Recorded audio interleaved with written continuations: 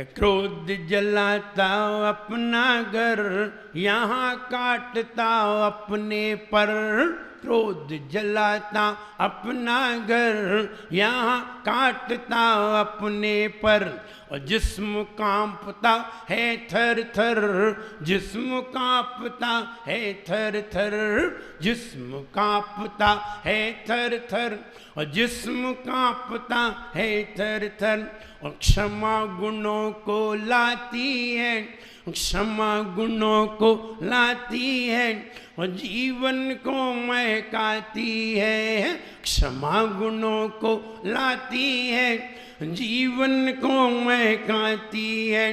क्रोधी की बुद्धि हो, क्रोधी की बुद्धि मिटती ही जाए रे। जीवन है पानी की बूंद, कब मिट जाए रे।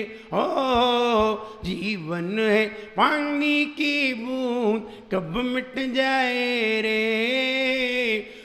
होनी अनहोनी हो, होनी अनहोनी कब क्या घट जाए रे। जीवन है पानी की बूंद, कब मिट जाए रे। ओ जीवन है पानी की बूंद, कब मिट जाए रे। क्रोध जलाता अपना घर, और यहाँ काटता अपने पर। क्रोध जलाता अपना घर, और यहाँ काटता अपने पर। और जिस्म कांपता है थर थर, जिस्म कांपता है थर थर, जिस्म कांपता है थर थर, और जिस्म कांपता है थर थर। उत्तम क्षमा के दिन हम ये बताना चाहते हैं कि क्रोध जीवन को जलाने वाला होता है। क्रोध सिर्फ शरीर को ही नहीं जलाता, बल्कि मन की बुद्धि को भी जलाता है, हमारे जीवन को भी जलाता है, हमारे भविष्य को भी नष्ट करता है, हमारे परिवार को भी नष्ट करता है, हमारा व्यापार भी नष्ट करता है, और हमारी जिंदगी को भी नष्ट कर देता है। क्रोध हमारे लिए बहुत घातक है। मैं ये नहीं कहता कि क्रोध नहीं करना चाहिए, क्रोध करना चाहिए, लेकिन क्रोध कहाँ करना चाहिए, क्रोध किस पर करना चाहिए, क्रोध क्यों करना चाहिए, क्रोध कब तक करना चाहिए। क्रोध का भी कोई एक समय निश्चित कीजिए। आप उठने का समय निश्चित करते हैं, हम सवेरे कितने बजे उठते हैं, व्यक्ति टाइम लगा के सोता है। हमें कौन से टाइम पर क्या करना है, भोजन कितने समय करना है, बाजार में कितने समय जाना है, व्यापार में कितने समय जाना है, कितने समय सोना है, हर चीज का समय है। आप क्रोध करने का भी एक समय बनाइए। इतने समय में क्रोध करना है, इस समय के पहले भी नहीं करना है, इस समय के बाद भी नहीं करना है, और सवेरे सवेरे तो कतई नहीं करना है। सवेरे सवेरे क्रोध करने से हमारा पूरा दिन ही खराब हो जाता है। इसलिए हमने ज्योतिष में ये पढ़ा है, योग होते हैं, अमृत चल का योग होता है, अमृत का योग होता है, लाभ का योग होता है, शुभ योग होता है, अशुभ योग होता है, काल का योग होता है, रोग का योग होता है। ये इन योगों में जो जो कार्य किए जाते हैं, जब जब हम कोई अच्छा कार्य करने जाते हैं, तब हम लाभ में या अमृत में करना चाहते हैं, क्योंकि हमें उसका लाभ हो और हमारे जीवन में अमृत जैसा रस आए, हमारा जीवन अमृत जैसा बने। इसलिए अमृत के योग में अथवा लाभ के योग में हम कोई काम करना चाहते हैं। जब अमृत का योग, लाभ का योग हमें नहीं मिलता है, कोई व्यक्ति कार खरीदने जा रहा है, पूछता है कौन से समय में हमें कार खरीदना चाहिए, टाइम ढूंढता है। शुभ योग में वो खरीदना चाहता है, लाभ के योग में खरीदना चाहता है, अमृत के योग में खरीदना चाहता है, लेकिन ये योग व्यक्ति को अमृत पैदा नहीं कराते। लेकिन जब कोई अशुभ कार्य करते हैं, तब जरूर हमें मुहूर्त देखना चाहिए, तब जरूर हमें कार्य का समय देखना चाहिए कि कौन से समय में कौन सा कार्य करना चाहिए। यदि आपने यदि आपने क्रोध किया और क्षमा भी धारण की, दोनों के रिजल्ट देखिए, दोनों ही व्यक्ति के जीवन में है, लेकिन अंतर इतना है कि क्षमा भाव हमारे अंदर गुणों को ईजाद करती है, गुणों को पैदा करती है, क्रोध हमारे गुणों को नाश करता है। इसलिए क्रोध अपना ही घर जलाता है, किसी दूसरे का नहीं। आपने सुना होगा, माचिस की तीली दूसरे को जलाए या न जलाए, खुद को तो जलना ही पड़ता है, खुद तो जली ही जाती है। ठीक वैसे ही क्रोध दूसरे को सुधार पाए या न सुधार पाए, खुद को जरूर बिगाड़ लेता है, अपना जीवन जरूर खराब कर लेता है। हम ये कहना चाहते हैं कि क्रोध हमारे जीवन में हमेशा दुखदायी है। अगर चल योग में, अगर लाभ के योग में तुमने क्रोध कर लिया, सवेरे 7 बजे से लेके 8:30 बजे तक अगर लाभ का योग है और लाभ के योग में तुमने अगर क्रोध कर लिया, तो ध्यान रहे तुम्हारे व्यापार में लाभ की जगह हानि होगी, लाभ की जगह हानि होगी। और अशुभ योग में तुमने अगर क्षमा धारण कर ली, अशुभ योग में तुमने किसी को माफ कर दिया, तो शुभ योग तुम्हारा बन जाएगा, लाभ के योग में हानि उत्पन्न हो जाएगी। अमृत के योग में अगर तुमने क्रोध किया, जो 1.5 घंटे का होता है, अमृत के योग में तुमने क्रोध किया, तो वही तुम्हारी जिंदगी को जहर बना देगा। अमृत के योग में क्रोध जहर बना देता है, लाभ के योग में क्रोध हानि बना देता है। शुभ का योग है और शुभ के योग में तुम क्रोध करने जा रहे हो, और शुभ के योग में अगर तुमने क्रोध किया, तो वही शुभ का योग क्रोध के कारण वही शुभ अशुभ योग बन जाएगा। और अगर अशुभ के योग में तुमने क्षमा धारण कर ली, तो वही अशुभ शुभ योग बना देगा। और रोग के योग में तुमने अगर क्षमा को अपनाया, तो वही तुम्हारी बीमारियों को दूर कर देगा, वही तुम्हारे लिए औषधि बन जाएगा, वही तुम्हारे लिए मेडिसिन बन जाएगा। और अगर तुमने शुभ के योग में क्रोध कर लिया, तो वही अशुभ बन जाएगा। काल के योग में किया तो अकाल मृत्यु होगी।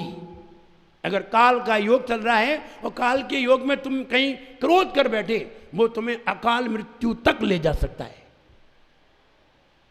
इसलिए कभी काल के योग में क्रोध मत करना, शुभ के योग में मत करना, अशुभ हो जाएगा। अमृत के योग में मत करना, जहर हो जाएगा। लाभ के योग में मत करना, हानि हो जाएगी। और अगर अशुभ के योग में कर दिया, तो ध्यान रहे आप बीमारी में पहुंच जाएंगे। अगर अशुभ के योग में तुमने क्रोध कर दिया और कहीं काल के योग में किया, तो अकाल मृत्यु हो जाएगी। अब सारे योगों में क्रोध हानिकर है। अब क्रोध का कोई समय नहीं है। आप क्रोध करना चाहते हैं, करिए, शौक से करिए, लेकिन ये तो बताओ किस पर करेंगे, ये पहले पता होना चाहिए। अगर तुम्हें ये बात पता नहीं है, तो कोई कार्य करने की जरूरत नहीं है। जिस कार्य का तुम्हें रिजल्ट नहीं मालूम, जिस कार्य का तुम्हें परिणाम नहीं मालूम, वो कार्य तुम्हें करना नहीं चाहिए। जिस कार्य का तुम्हें परिणाम मालूम हो, तुम वही कार्य करो जिसका तुम्हें रिजल्ट मालूम है। और जिसका रिजल्ट नहीं मालूम, आप वो कार्य मत करिए। जैसे कि अपराध करने से जेल होती है, तुम्हें मालूम है, इसलिए अपराध मत करिए। आप अपराध करते भी नहीं हैं, क्योंकि आपको मालूम है कि जेल होती है, इसलिए आप अपराध नहीं करते हैं। रिजल्ट मालूम होना चाहिए। क्रोध करना है, करिए, लेकिन किस पर करें ये भी तो विचार करिए। क्रोध अपने आप पर करिए, क्रोध खुद पर करिए, और श्रद्धा खुदा पर करिए।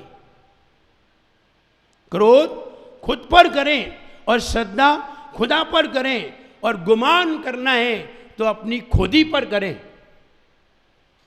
क्रोध खुद पर, श्रद्धा खुदा पर, और गुमान करना है तो खुदी पर। और अगर क्रोध ही करना है और क्षमा करना है तो दूसरों पर। क्षमा दूसरों पे करिए, क्रोध खुद पर करिए। कि तुम्हारे अंदर क्रोध उत्पन्न क्यों हुआ, तुम तो क्रोध पर ही क्रोध करो। तो हो सकता है क्रोध प्रतिशोध में नहीं बदलेगा, बल्कि क्रोध जीवन के शोध में बदल जाएगा। और जीवन के शोध में बदल गया तो तुम्हारा ही जीवन मंगलमय होगा। हम ये कहना चाहते हैं कि क्रोध जिंदा ही हमें जला देता है। अग्नि में मरघट पर मरने के बाद जलते हैं, लेकिन एक क्रोध है जो घर में हमें जिंदा जला देता है। क्रोध जिंदा है जलाता, क्रोध है जिंदा जलाता, आग बन करके, आग बन करके, गुण क्षमा सुख शांति लाता, गुण क्षमा सुख शांति लाता, ज्ञान बन करके, ज्ञान बन करके, मैं क्षमा को, मैं क्षमा को भूल कर अति क्रोध कर गया, मेरा जीवन कोरा कागज कोरा ही रह गया, मेरा जीवन कोरा कागज कोरा ही रह गया।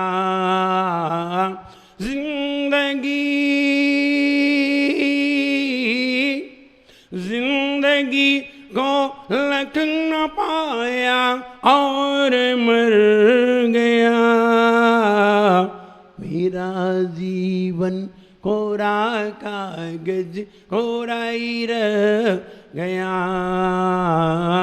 मेरा जीवन थोड़ा सा था थोड़ा ही रह गया। अगर आप अपने माता पिता पर क्रोध करते हैं, अगर आप अपने बड़े भाई पर क्रोध करते हैं, अगर आप अपने से बड़ों पर क्रोध करते हैं, तो ध्यान रहे 100 दिन तुमने जो विद्या अर्जन की है, 100 दिन तुमने जितनी भी विद्या अर्जित की है, तुम्हारी सारी विद्या नाश हो जाएगी। एक दिन के क्रोध में 100 दिन की विद्या नाश हो सकती है। अगर आप अपने माता पिता पर, बड़े भाई पर, बड़ी बहन पर, अपने से बड़ों पर क्रोध करके दिखाते हैं, तो ध्यान रहे 100 दिन की विद्या नाश हो जाती है।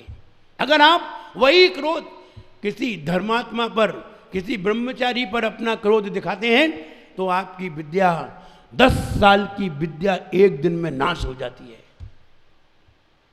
अगर आप वही क्रोध किसी ऐलक क्षुल्लक अथवा कोई संयमी पर दिखाते हैं, पिच्छीधारी ऐलक क्षुल्लक आदिका के ऊपर अपना क्रोध दिखा देते हैं और उन पर क्रोध कर लेते हैं, ध्यान रहे 100 साल की विद्या एक दिन में नाश हो जाती है। 100 साल का ज्ञान एक दिन में नाश हो जाता है। और अगर यही क्रोध तुम किसी मुनिराज पर दिखा देते हैं, तो ध्यान रहे 10,000 वर्ष की विद्या एक दिन में नाश हो जाती है। और यही क्रोध अगर तुम किसी आचार्य के ऊपर दिखा देते हो, और तुम आचार्य को क्रोध में आकर के बुरा भला कह देते हो, तो तुम्हारी 10,000 वर्ष की विद्या, 10,000 वर्ष में तुमने जितना भी ज्ञान अर्जित किया है, एक दिन में नष्ट हो जाता है। क्या ऐसा हो सकता है कि हम 10 साल में जितना ज्ञान अर्जित करें और एक दिन में खत्म हो जाए? अरे ज्ञान तो 1 मिनट में खत्म हो जाता है, एक दिन तो बहुत बड़ी बात है, 1 मिनट में खत्म हो जाता है। ज्ञान खत्म होने में देरी कितनी लगती है? अरे आप ये बताइए, आप अपने मोबाइल में कई दिनों से कई फंक्शन लोड कर रहे थे, आपके मोबाइल में कई दिनों के फंक्शन हैं, 3-3 साल 5-5 साल पुराने आपके मोबाइल में फंक्शन हैं, और डिलीट मारने पर बताइए कितनी देर में खत्म होते हैं? 1 मिनट नहीं लगता है। जब 5 साल का रिजर्व 1 मिनट में खत्म हो सकता है, तो 1000 साल का ज्ञान भी एक दिन में समाप्त हो सकता है। इसलिए आप ये विचार मत करिए क्या क्रोध से ऐसा हो सकता है। आप तो ये विचार करिए कि क्रोध करना नहीं है, क्रोध नीच लोगों का व्यवहार है। क्रोध नीच लोग किया करते हैं और क्रोधी को नीच कहा करते हैं। क्रोधी नारकी होता है, क्रोधी नारकी होता है। व्यक्ति को गुस्सा में व्यक्ति क्या नहीं कर बैठे, व्यक्ति को बहुत सारे मच्छर काट रहे थे। जब बहुत सारे मच्छर काट रहे थे, पाँव में भी काट रहे, हाथ में भी काट रहे, सिर में भी काट रहे, बेचारा दुखी हो गया। उसके पास चादर भी नहीं थी, चादर भी ओढ़ लेता, बेचारा दुखी हो गया। दुखी होकर के उसने गुस्सा में आकर के जहर पी लिया और जहर पी करके, पॉइजन पी करके लेट गया और मच्छरों से बोला काटो, अब कितना काटोगे, सब मरोगी। अब क्रोध में उसे ये नहीं मालूम कि हम क्या कर गए। मच्छर मरेंगे बाद में, पहले तुम जरूर मरोगी। क्रोध इसी तरह का होता है कि दूसरे को नष्ट करने में ही अपनी होशियारी समझता है। क्रोध कमजोर है, हमेशा कमजोर लोगों पर हुआ करता है, ताकतवर पर क्रोध नहीं होता। कोई कमजोर मिल जाता है, जैसे पति पत्नी पर पूरी तानाशाही दिखाता है, ये नहीं है जरा बाहर जाके दिखाई। तो क्रोध कमजोर पर होता है, ताकतवर पर नहीं। लेकिन क्षमा गुण है जो ताकतवर, जिसमें ताकत होती है, वही क्षमा गुण को अपने जीवन में धारण करता है, वही क्षमा गुण को अपने जीवन में प्राप्त करता है, वही क्षमा गुण को धारण कर सकता है और कोई धारण नहीं कर सकता। इसलिए हम ये कहना चाहते हैं कि हमारे जीवन में वह क्षमा गुण आए। जब यशोधर मुनि के ऊपर राजा सैनिक ने क्रोध में आकर के सर्प डाल दिया, और जब सर्प डाल दिया 3 दिन यशोधर मुनि महाराज भूखे बैठे रहे, उन्होंने आहार नहीं किया। लेकिन जब राजा सैनिक ने चेलना रानी को ये बात बताई, तो चेलना रानी जब उनके गले से सर्प निकालने के लिए आई, तो यशोधर मुनि महाराज ने दोनों को क्षमा दान दिया, दोनों को क्षमा किया, दोनों को आशीर्वाद दिया। जब राजा सैनिक को उन मुनिराज के द्वारा आशीर्वाद मिला, तो उसे बड़ा दुख हुआ और उसी दुख में उसे सम्यक दर्शन हो गया। जब हम ये कहें कि क्रोध अपने आप पे करो, अगर तुमने अपने आप पे क्रोध किया तो सम्यक दर्शन होगा, और दूसरों पे क्रोध किया तो सम्यक ज्ञान नष्ट हो जाएगा, सम्यक दर्शन भी नष्ट हो जाएगा। ऐसी उत्तम क्षमा जो यशोधर मुनिराज ने अपने जीवन में धारण की, ऐसी उत्तम क्षमा हमारे जीवन में धारण हो, निश्चित है ऐसी क्षमा ही हमारे जीवन को मंगलमय बनाएगी, खुशहाल बनाएगी। आप सभी उत्तम क्षमा को धारण करें। जब बोलिए उत्तम क्षमा धर्म की।